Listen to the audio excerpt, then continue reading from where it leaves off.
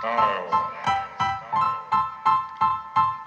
Style is the answer to everything. A fresh way to approach a dough.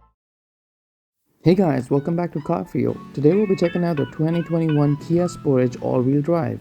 This came with a dock 16-valve 2000cc engine, naturally aspirated of course, 154 brake horsepower, 6-speed automatic. Now the front of the car is equipped with the gorgeous looking Crescent grille and beautiful looking LED headlights with, in my opinion, gorgeous looking DRLs and functioning fog lamps. If we quickly jump around to the side of the car, this is a compact SUV.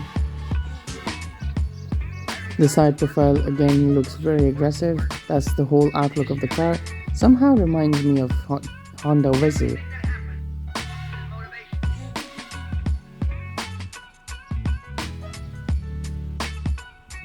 Now, jumping onto the back of the car. It looks alright. I really like the tail lights. I do not like how it extends over the whole back of the car. Some people also found one rear light, reverse light, to be confusing, but that's just the design language. Here we have auto boot functioning available in the car.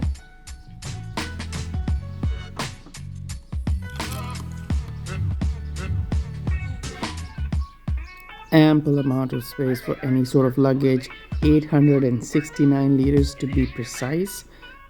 Pretty good amount of space in the back.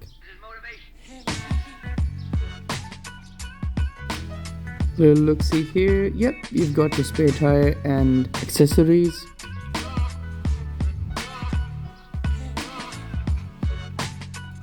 This model weirdly doesn't have the auto close function, which usually does arrive in the all-wheel drive. Alright, finally time for what you guys have tuned in for. Let's get in the car and show you around and then go for a drive.